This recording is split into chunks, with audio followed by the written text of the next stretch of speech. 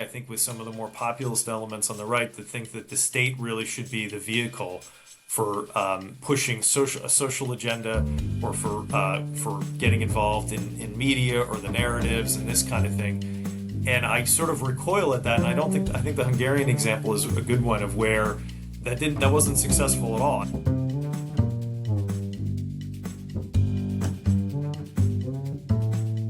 Are you concerned about the growing influence of political extremism, hyperpolarization, and misinformation? Well, you're not alone. This is the American Values Coalition podcast, where we explore the root causes of these societal ills and provide you with strategies to counter them.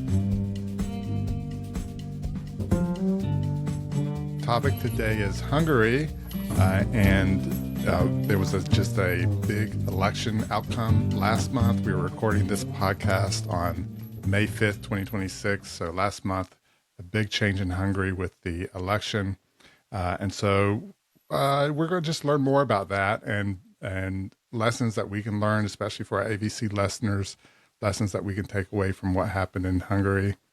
And I'm going to try really hard in this podcast with my Southern accent to say Hungary and not hungry, because I actually haven't eaten lunch yet. So I'm starting to feel a little bit hungry, actually. So my guest to explain, what happened to us, what happened in Hungary, is Daniel Kochis. He is the senior fellow in the Center on Europe and Eurasia at the Hudson Institute. And prior to that, he worked 11 years at the Heritage Foundation at its Margaret Thatcher Center for Freedom. Welcome, Daniel Kochis, to the AVC podcast. Thank you. Really appreciate you having me on today. All right. And so first, help us understand what was happening in Hungary before the election. Probably a lot of folks have heard about this sort of authoritarian movement happening in Hungary. But there was an election, and the President Orbán was defeated, so obviously it was not fully authoritarian. So what was the situation leading up to this election? Well, you have Hungary, which is a Central European country. It was controlled by the Fidesz party, which was led by Viktor Orbán. He was actually the founder of the party in the late 80s. And this really started out as sort of an anti-communist, conservative political party. It for a long time was housed within the European Parliament in the grouping of the European People's Party. So this is the sort of center-right. They tend to be oftentimes in control. Political grouping. They were kicked out a few years ago. And they basically sort of moved more and more to the populist, I think, political end of the spectrum. And the government became very friendly with Russia, with China, tended to try to sit in between the United States, their European counterparts, and those powers. And the biggest complaint I think that people had from them was erosion of the rule of law, corruption, and these are some of the things I think which really that drove the vote that we saw in April. And so for the first time in 16 years, there's a new leader, or going to be officially a new leader in Hungary. So the TISA party, Peter Magar was the candidate for that party, won the elections. This was elections with huge turnouts. You're talking 80% a turnout in the country. The TISA party, it translates to Respect and Freedom Party. They won 53% of the popular vote. And because of the way the Hungarian electoral system is aligned at the moment, they won 141 seats of 199 in the parliament, so a supermajority. And so there's huge expectations for them. There are huge challenges for them. But I think for a long time, many people inside Hungary saw Orbán as essentially unbeatable. He had won many elections consecutively in the past, and oftentimes at odds where people thought that he would lose. But this time he didn't, and we're going to see in the months ahead how the new government is able to navigate what I think is actually quite a few landmines for them. Okay, so let's get to those landmines in a second. But first, I wanted to ask about Orbán's his sort of connection to the conservative movement here in the U.S. And Yep. I'll give you a little bit of background just from my perspective. So, during the Obama administration, I was the politics editor for the Christian Post, which is a conservative evangelical publication. And, I just thought I was curious, kind of like I would get these pitches from Hungary. I was like, why am I getting, like Orbán or a public official is coming to DC and was going to speak to like at the Heritage Foundation or something like that and have an event. And so I would be like, oh, okay, I'll send out my reporter to like cover this event that, and, they would specifically target, send to me as the politics editor, uh, you know, these pitches to come cover what's happening in Hungary. So talk a little like what's going on there. What was happening Right. with Hungary and the conservative movement here in the U.S. Hungary, like many Central European countries, is a conservative country overall, right? So that there is there is the left there, but generally speaking, most voters tend to be fairly conservative, and so they believe a bit more in traditional values. This is a heavily Christian country, heavily Catholic country, and I think when you think about sort of the elite in Brussels, that Hungary, I should say, is a member of not only NATO but also the European Union. When you think about the elite there, they tend to be, I think, similar the way that we think about the elite oftentimes in the United States, that they're hostile or at least not overly friendly to sort of more traditional values, traditional views on social issues in particular. And so Hungary, I think, came under sort of the microscope of Brussels for their stance in particular on issues like abortion, on family planning, on, I mean, you name it, sort of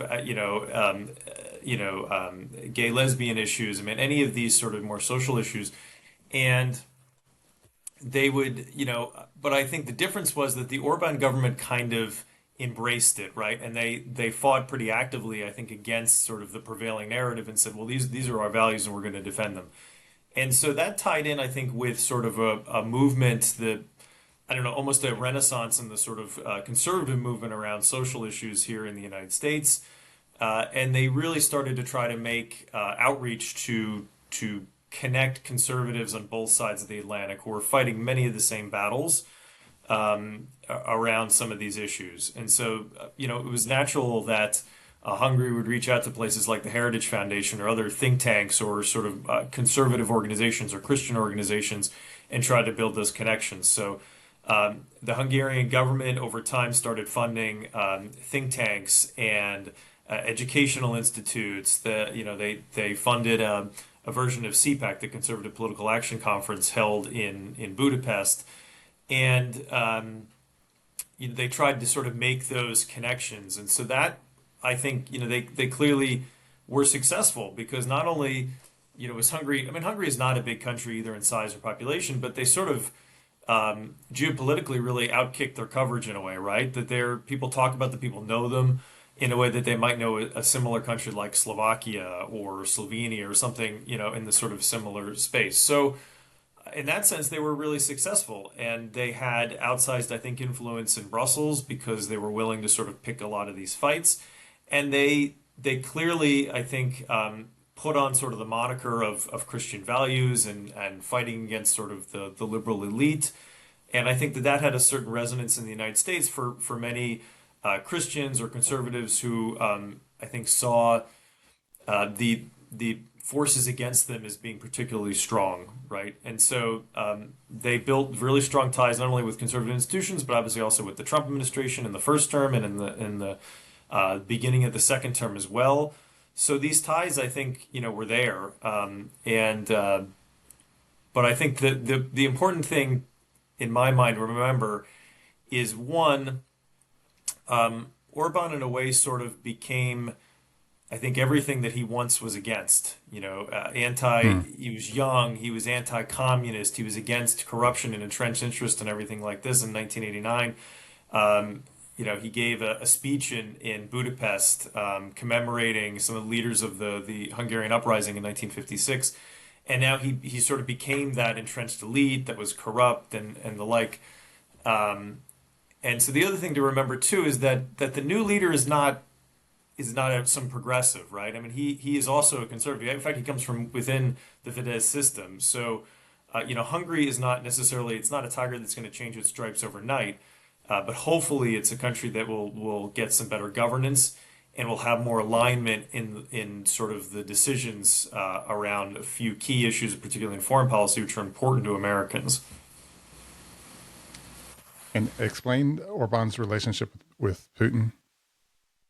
So, Hungary is a landlocked country. It's a country which is heavily reliant upon Russia, in particular for energy, natural gas, oil. They have connections with Russia around nuclear. So there's one nuclear reactor in particular, and they're actually building two new nuclear reactors at that site. I think they poured the concrete for it in February. It's been very controversial, but Russia is not a country that has a whole lot of exports which people are interested in, but they do have energy and not just fossil fuels, but also the sort of nuclear knowledge. And so the Hungarians really sort of built up a relationship with them, and they've been very loath to cut ties with the Russians over that.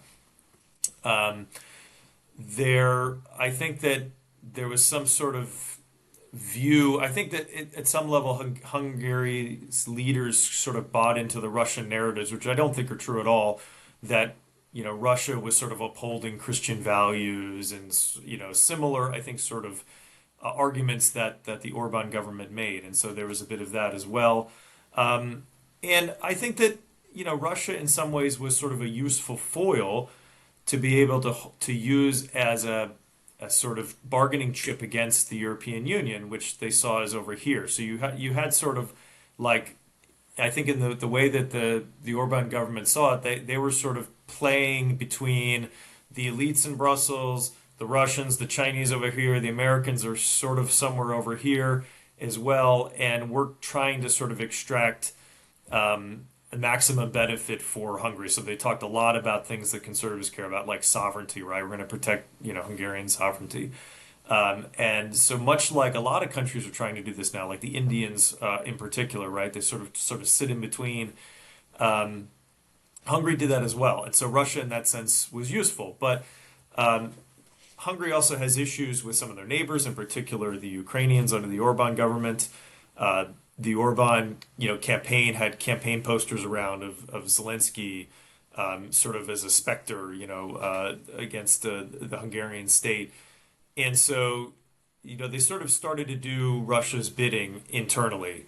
They would block sanctions packages. They would block European Union assistance to Ukraine. This isn't American dollars. This is EU funding for weapons for the Ukrainians or for helping their state to stay afloat. And they would sort of stand against that. They would block, if there was a proposal to sanction a Russian individual involved with some, heinous crime, they would block that as well. And in the past, oftentimes they would again use this as a sort of leverage. They would extract some concession, and eventually they would sort of go along with it. But recently there was a 90 billion euro loan which the Orbán government was holding up. And then the renewal of the EU sanctions package, which they also were holding up. And so, that in my mind is not in the U.S. interest to see the Russians successful in their land grab and the atrocities that they've committed in Ukraine. And so I think that they were starting to do Russia's bidding, and it became so overt, right? Because you had these reports that recently the Hungarian foreign minister under Orbán was passing secret documents to the Russians from EU meetings that he would get them, and then he'd go in the other room and make a phone call to Lavrov. And you had a tape that was released of Orbán saying that, offering to the Russians, saying that he would be a mouse for the Russian lion, and so you think about a country which suffered so much under Soviet dominion, right? The Russians came in, they crushed the 1956 uprising, they raped hundreds and thousands of Hungarians, the Soviet troops, all these horrible things, and they kept them under lock and key for decades. A country that suffered so much, to think that their leader would sort of offer that to the Russians now it shows, I think, how far the Orban government had fallen from its initial ideals when he helped co-found Fidesz in the late 80s. So let's get into why Peter Magyar won this election. So what was his strategy? What was his campaign like? So, the Fidesz governments changed some of the electoral laws that basically made it very difficult for a fractured opposition to mount a successful challenge, and we saw this in past elections. And so this year you had Peter Magar. He is relatively young. He's 45. He comes from inside the Fidesz system. He was a longtime Fidesz member until a few years ago, and he joined TISA. He ran a state-owned student loan center for a while. He was a member of European Parliament for TISA after he left. He was in the legal department of the Hungarian Development Bank, so he was within the system. His ex-wife was the former justice minister, again under Orbán. And he's center right. I mean, he is I would say a moderate conservative from what we know of him so far. TISA, his current party, now does sit with the EPP, with the European People's Party, center right in European Parliament. So he's sort of, I think, practical in terms of his relationship, what he wants to pursue with the EU, but he is a conservative. And so he was sort of the unified opposition. A lot of the sort of left parties, such as they are, decided not to stand up candidates. They threw their support behind him. And he drew support, I would say, obviously in cities, in urban areas. I think sort of people who tend to be more centrist or even center left. He drew support from disaffected conservative voters in rural areas in particular, but also in cities, in suburbs who I think in particular were upset about the state of the Hungarian economy, the rampant corruption in Hungary, state of healthcare. So these sort of domestic issues, right? It's like it's the economy stupid, right? From the early 1990s, like that is what really drove this election. It was the economy. It was the state of some of the services within Hungary, but also I think just the corruption, which was, I think, really very much evident. And so he sort of launched his. So I should say that. So there basically he was the unified opposition. So that was the big difference. He really took. Part in sort of retail politics. He visited towns across Hungary for the last number of years, and so he had a lot of touches.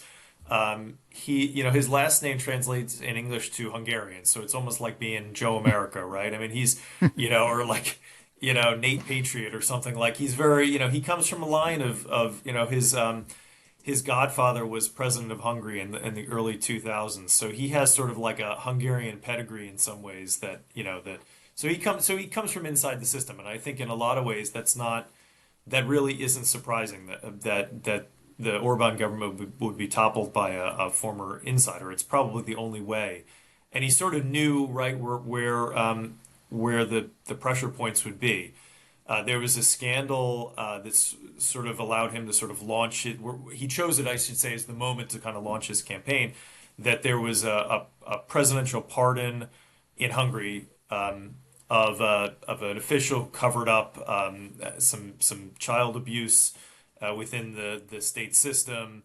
This was signed off by the Orbán government justice minister, who was his ex-wife, who also resigned. The president also resigned because of this, and so this was the moment I think that he, I think some of that sort of veneer of the Orbán government of protecting families and children and Christian values sort of went away because of this particular scandal, and I think that was the moment that he really sort of started to take fire, and he didn't get too specific. I mean, there were sort of general policies on the TISA platform, but he kind of said, we want to just be a good partner for NATO, for the EU, and use sort of the West, or kind of, returning to ourselves and being sort of a normal country is kind of the moniker of his campaign versus getting too specific.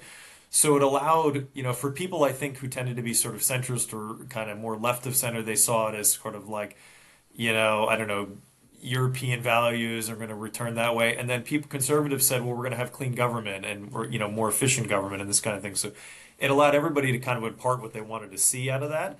That Mm. could cause some problems right down the road because people are going to be naturally disappointed when that doesn't necessarily come to fruition and everything they want. Um, but I think that everyone in Hungary who thought that the system needed to be changed and didn't think that it was ever really possible recognized that this was probably the best chance, and that this man was going to be the vehicle for doing that. And so maybe they didn't like this or that about him or the party's platform, but they were going to vote for him because he was the person who's going to ultimately end Viktor Orban's control over the government. So if you're a far left person in Hungary, you're like, hold my nose. I hate this, but I'm going to vote for him anyway. Is that basically the Well, yeah, I situation? think that's right. I think that's right. That it's like this is an improvement over over you're moving more maybe more towards center right versus more of a populist right kind of if nothing else it's his he very much ran on sort of an anti-corruption platform. And so, in many ways, his ability to deliver on that in particular is going to be, I think, is how he's going to be judged in many ways. Um, and so, there was a scandal a few years ago that there was sort of a Orban family linked zoo that, like on an estate that had all these animals and, it was like a menagerie. And so, Hungary is not a particularly wealthy country. They have, I think, the second lowest average salary in the EU. And so to sort of, I think when the public sort of saw that, and there's many other cases of this where people around Orban or tied to him or whatnot were seen as sort of benefiting personally. I think that also really soured the public mood. And so, the left, I have seen some like news stories saying that like, this is going to be a whole new Hungary, but I don't see that. I mean, this is going to be a conservative government. I think they may be more practical on some issues than the previous government would be, but they're I don't think that they're going to be some sort of like progressive Elizabeth Warren style government in Budapest. I mean, that's just not going to happen. So, and that's not what the country is. So I think that people on the left should sort of moderate their expectations about that. But I also think that on the right, I mean, there's people who liked Orban or thought that he was standing up for Christian values or whatever. They shouldn't also get really hysterical about what this means because I don't think that it's going to be a huge change in a lot of ways on the social issues. Okay, so one of the big challenges ahead is that he has this really broad coalition that includes people from the left that helped get him elected, and so that's going to be challenging when it comes time to govern. Any other? You had mentioned landmines. Any other challenges you There's a see or lot of difficult? challenges, right? Yeah. There's the anti-corruption issues they're setting up. They're in the process of rejoining the EU Public Prosecutor's Office. This is the office within Brussels that specifically looks at misappropriation or misuse of funds, EU specific funds. They're setting up another Hungarian, basically anti-corruption investigative unit. So this is, I think, this sort of unraveling a lot of where assets linked to the state or siphoning of money around contracts or this kind of thing came from is going to be really a full-time job for the government. I mean, he came in saying that there are, treaties, there's secret government agreements that, classified documents that we didn't have any insight into.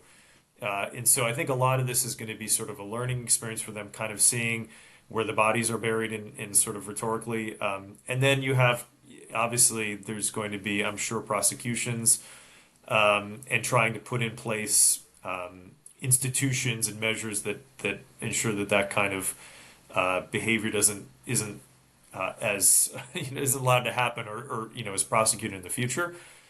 So that's one landmine. I think the other one is that remember that the Orban government was very antagonistic against with the European Union, and so the European Union basically withheld something like $35 billion in EU funds. This was a mix of like COVID pandemic recovery funds, very heavily subsidized loans for defense. I mean, so a mix of different EU vehicles, and they withheld those funds from Hungary. They also have been fining Hungary for a number of years now over the previous Orbán government's refusal to take in migrant quotas. And so they have like a set fine per migrant that you refuse to take in. And so these, I think, are going to be very thorny issues because the country is barely growing. The unemployment is like 4.2%, but youth unemployment is far higher, around 12%. And so the economy is kind of puttering along. And he's going to want to unlock those funds from the EU. But the EU is going to use this as a moment of maximum leverage to try to extract things from a new government finding its footing that wants to show to their people that they can deliver. And so they've already said these are these 27, things that you need to hit, that you need to do in order to get these funds. And everything from sort of rule of law changes to accepting migrants to all these kinds of things. And on many of these, it's going to be very difficult to implement them on the time frame the EU wants.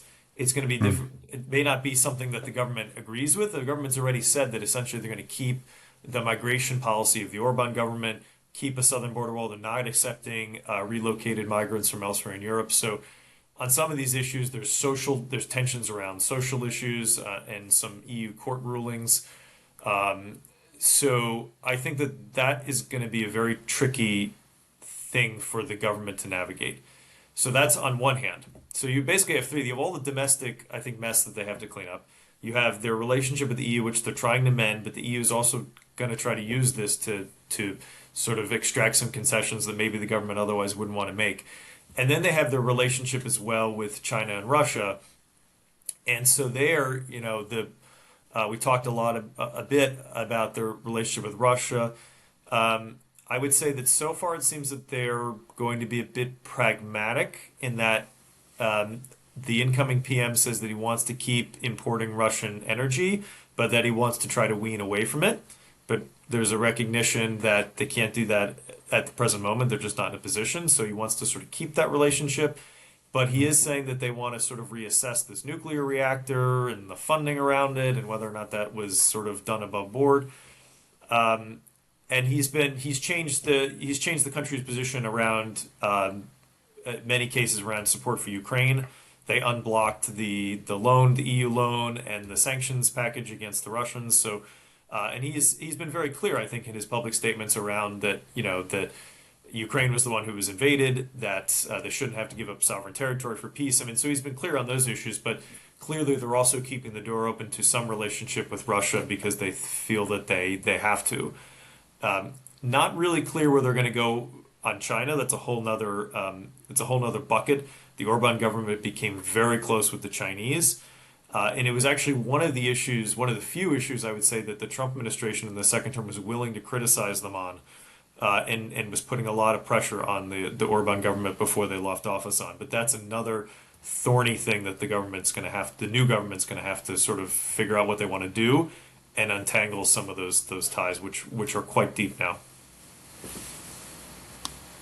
So when I look at what's happened in Hungary, I'm looking at it from the perspective of here in the U.S., we see a pro-democracy movement that wants to push back against the authoritarian moves from the Trump administration that goes from center right to far left. I consider AVC part of that on the center right part. So are there lessons that this movement can take away from what happened in Hungary, or are they just two totally different situations? Well, I think that the Orbán government part of what they did was really consolidated control over the media. They used, for instance, like funding. Media there was heavily funded by the government, ad revenue, and they would withhold that against outlets that weren't supportive or more sort of independent. There was consolidation, heavy consolidation because of that, some of those moves. So basically, the Fidesz and the Orbán government was thought to control something around 80% of the media narrative there. But there still were really good independent investigative sites. And so I think that even when you try to control the narrative, if there are things which are obvious, that there's obvious corruption in the country, that things really aren't great, that there aren't, there were hospitals were closing and services were stopping because there weren't enough doctors, or so because they were either leaving the country, there wasn't funding because the funding was being siphoned off. I mean, so there's a whole host of issues, and these are things that people see sort of in their daily lives, and so like, don't believe your lying eyes, right? And so I think that control over the media or the narrative only goes so far. So I think as conservative, as a conservative, and as a Christian conservative, I mean, I think that Americans have every right to, and Hungarians and people of the West have every right to expect honest government, and to demand that of their leadership. And so that, I think, is really sort of a lesson that that we've seen in Hungary, that this man is going to make, I think, a lot of people unhappy because they see in him what they want to see. But if he can bring Hungary back to a country which isn't corrupt anymore, that rule of law is restored, that you can have sort of differing views there and feel that you're at home. I think that that'll be a success. And when you look at Hungary under Orbán, so many of the state, they really wanted to use the state to succeed in some of the social issues that they wanted. I mean, the great example of this is raising their birth rate. And so, but what we found is that there was some success in this initially, but over the past number of years, it's proven that it's really sort of fallen off. That using sort of state subsidies, and ads, state-funded ads, and these kind of things to push up the birth rate, actually, it's declined again. Hmm. And one of the more sort of evocative ones was that I think now, if you're a woman in Hungary and you have two children, you don't pay income tax for the rest of your life. But there's a sort of a reverse incentive there, right? Because if what you're trying to incentivize, I'm not making a values judgment on this, but if what you're trying to incentivize is women to be home with their kids, then you've given the exact opposite incentive after you've had two kids, because shouldn't you be the one out there making money if you're not going to get taxed on it, right? So I think that, I look at with dismay, I think, with some of the more populist elements on the right that think that the state really should be the vehicle for pushing a social agenda, or for getting involved in media or the narratives and this kind of thing. And I sort of recoil at that, and I think the Hungarian example is a good one of where that wasn't successful at all, and it actually sort of bred graft and corruption, and it didn't actually achieve the ends. And so I think that there's probably a lesson somewhere in that as well. But look at Hungary's government under Orbán. It really didn't do a whole lot for the United States. They had some legitimate beefs, I think, with the European Union, and I think we've seen the new government has already said that the European Union has its faults, and I think they're going to be willing to fight them on some issues. But this is a government which cozied up to our two greatest adversaries, the Russians and the Chinese, and that is not something which I think we should find acceptable in an ally. And so I hope that some of those decisions that have been taken now over 15 years will be reversed, by the incoming government. Another possible difference, as I'm thinking about it, is, I have a hard time imagining like a center right candidate leading a broad left right coalition here in the U.S. That would be like Adam Kinzinger becoming the Democratic nominee. It's just, our system isn't really, yeah. It's not really set up for that, right? I mean, there was the talk, I think it was like kind of whispers about, like Manchin and Romney running on a unity ticket or something like this, right? And it never materialized. I mean, um, Hungary is a system where, like a lot of European systems, you have so many different political parties which are all kind of, active. Fidesz was kind of the kingmaker for a long time, but the previous elections, you had sort of a more broad array of opposition, and they sort of fractured. And they, I think, got to the point where they realized that Peter Magar could win, and that they were basically all going to sit it out. There was one other party which gained some seats, the Homeland Movement Party, which is like, I think, even more right of center than Fidesz. Um, but basically, everybody sort of sat this thing out. And you find that I just find it very hard to believe that the United States can break out of the sort of two-party paradigm because of financing, because of sort of, people are so, I don't know. I look at the polling and the amount of like true independents in the United States is actually, I think, pretty small. Like sometimes when you think about people who say they're independents, they're basically disaffected Democrats or Republicans. So, but people tend to vote party line, so I don't know that there's a lot of room for that. But in Hungary, I think the system in some ways had just become so rotten that people were desperate for a change, and so you had basically former Fidesz members, conservatives, who wanted to vote for another conservative that voted for Peter Magar because they didn't like whatever the corruption of the positions of the government vis-a-vis Russia or China and the like. And then you had people who were sort of centrist to left of center that said, we're never going to get sort of a candidate who's left of center winning, but this is an improvement. This guy at least can be honest and is going to be sort of more in that direction, I guess, compared to Orbán. So yeah, let's vote for him. So I think that that's the change. But in the United States, sort of a broad. I mean, it's so hard to believe. It feels like we're speaking different languages, right? Conservatives and liberals. The idea that you can sort of have like a unity ticket between the two. I mean, I don't know. I'm a little dubious. Yeah, I hear you. All right. So thank you so much for joining us on the AVC podcast. I'll just let's leave it with one last question for the audience. Sure. Is this a big deal for Ukraine? It is a big deal for Ukraine because I think that it's the Europe has been sort of taking on more and more responsibility and now they shoulder basically all the cost of supporting Ukraine, and so there have been roadblocks, I think, to that, or at least that funding being more regular and they can rely upon it because of Hungary's active blocking of it. So in that sense, it is a big deal for them, but I don't know that it's going to sort of change the trajectory of the war, but I do think it'll make it a little bit easier for them to sort of plan and have more regular funding. So in that sense, yes, I think that it is a big deal, but I think that we should sort of moderate our expectations of it. The other thing to watch out for that's going to be very interesting is Orbán is reported to be coming to the United States over the summer.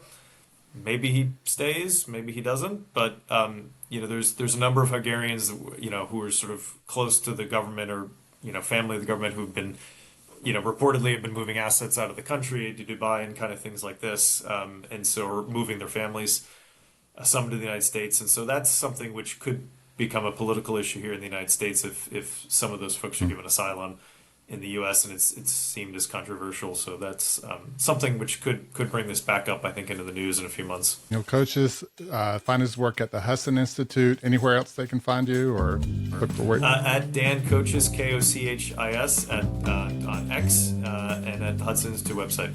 All right. Thank you so much. Pleasure. Thanks so much.